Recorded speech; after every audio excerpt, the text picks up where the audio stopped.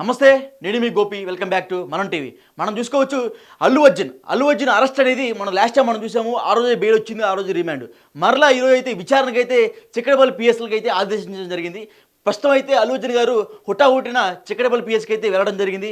వెళ్ళిన తర్వాత అసలు విచారణ ఏ విధంగా చేస్తారు, విచారణలో ఏమేమి ప్రశ్నలు అడుగుతారు అనేది ఇప్పుడు మనం మాట్లాడదాం. అదేవిధంగా మనం చూసుకోవచ్చు రేవతి చనిపోయిన సంగతి అందరూ తెలిసిన విషయమే. ప్రస్తుతం అయితే శ్రీతేజ్ పరిస్థితి అయితే కిమ్స్ హాస్పిటల్లో విషమంగా ఉంది.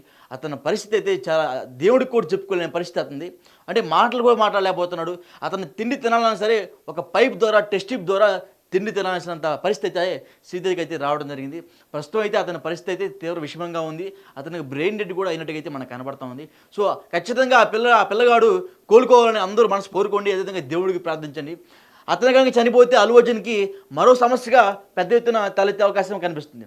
సో ఇప్పుడు మనం విచారణలో అసలు ఏం చేపట్టబోతున్నారు, విచారణలో అసలు ఏం క్వశ్చన్లు అడుగుతున్నారని మనం మాట్లాడుకుందాము. సో ఫస్ట్ మనం చూసుకోవచ్చు, ఎప్పుడైతే ఆ పుష్ప సినిమా 4వ తారీఖు రిలీజ్ అయిన సంగతి మనందరూ తెలిసింది. సో 3వ తారీఖు నైటే ప్రీమియర్ షో వేస్తారు అందరికీ. అంటే మ్యాక్సిమం పెద్ద పెద్ద సినిమా సెలబ్రిటీలు అందరూ కూడా ఈ ఆర్టీసీ క్రాస్ రోడ్ అనే ఒక ఏరియా ఉంటుంది. సో ఆ ఏరియాలో 3-4 థియేటర్స్ ఉంటాయి. ఈ సుదర్శన్ థియేటర్ ఒకటి, సంధ్య థియేటర్ ఒకటి, వేరే థియేటర్ 2-3 ఉన్నాయి. సో ఇవన్నీ థియేటర్ దగ్గర ఏ సినిమా పెద్ద సినిమా వచ్చినా సరే అక్కడ పెద్ద పండగ వాతావరణం అయితే నెలకొంది.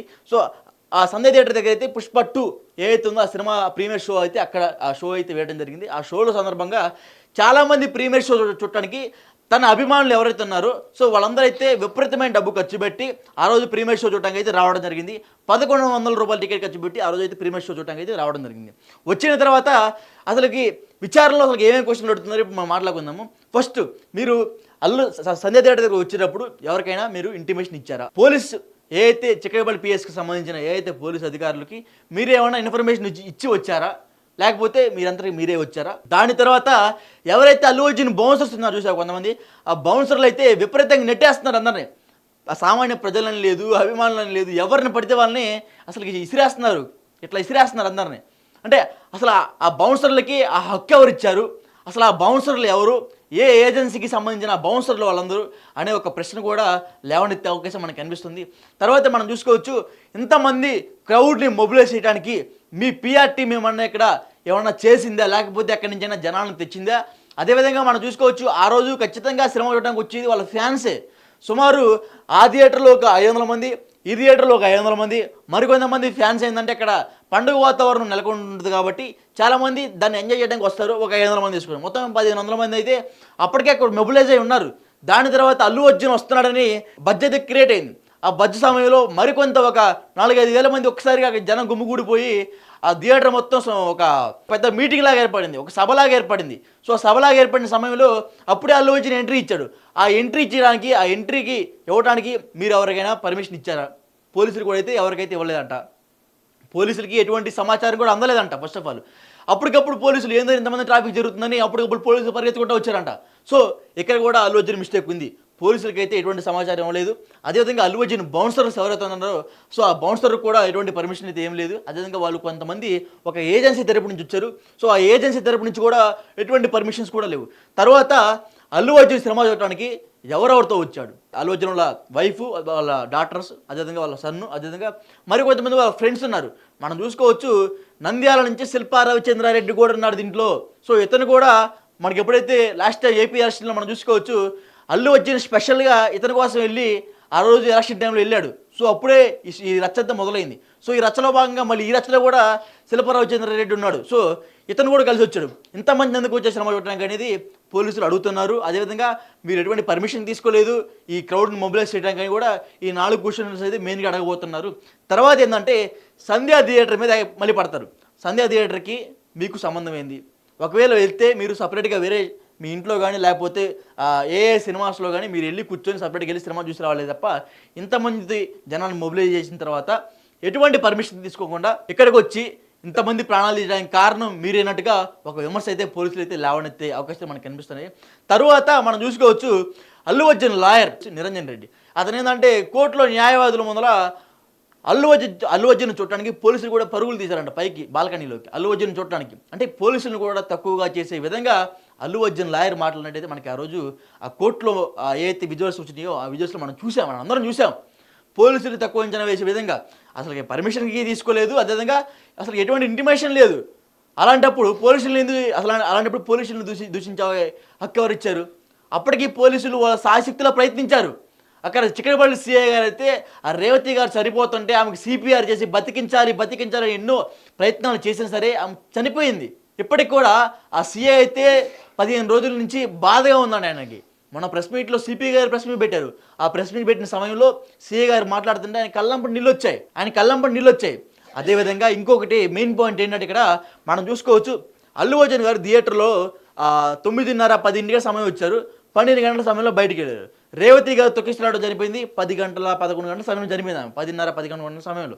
అప్పటికి అక్కడ లోకల్ సిఐలు చెప్తుంటే అక్కడ బౌన్సర్లు సిఐని ఆపుతున్నారంట, నెట్టేస్తున్నారంట సిఐని కూడా.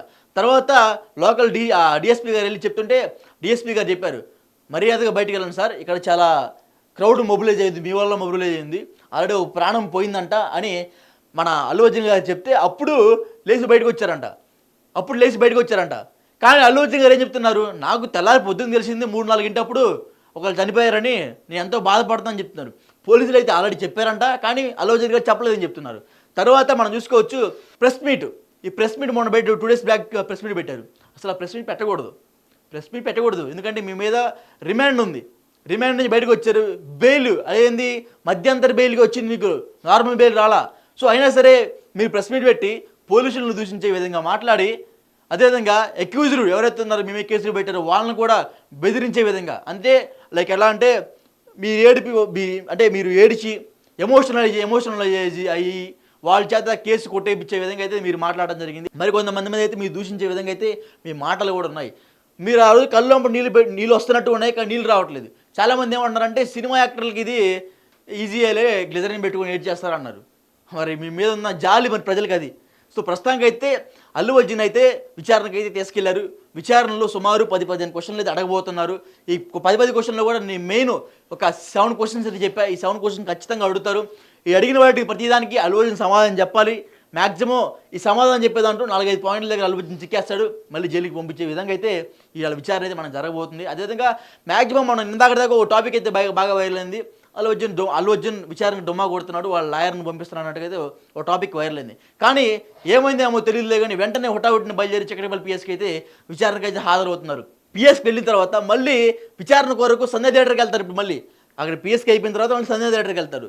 సంధ్య థియేటర్కి వెళ్ళిన తర్వాత అసలుకి ఎన్ని గంటల సమయంలో మీరు ఇక్కడికి వచ్చారు, 2 గంటల సమయంలో ఎంతమంది క్రౌడ్ ఒకసారి ఎందుకు వచ్చారు, ఇంతమంది క్రౌడ్ మీ పిఆర్ టీం ఏమైనా మొబిలైజ్ చేసిందా, సో అని ప్రశ్నించే అవకాశాలు అయితే మనకు కనిపిస్తున్నాయి. అదేవిధంగా మనం చూసుకోవచ్చు, లోపలికి వెళ్ళిన తర్వాత సీసీ ఫుటేజ్ సేకరించి 12 గంటల సమయంలో మీరు బయటకు వచ్చారు. గంగమ్మ జాతర అనే ఆ సాంగ్ తిరుమల లాస్ట్ ఒక హాఫ్ అన్ అవర్లో ఈ సాంగ్ అయితే మనం రావడం మనందరికీ తెలుసు.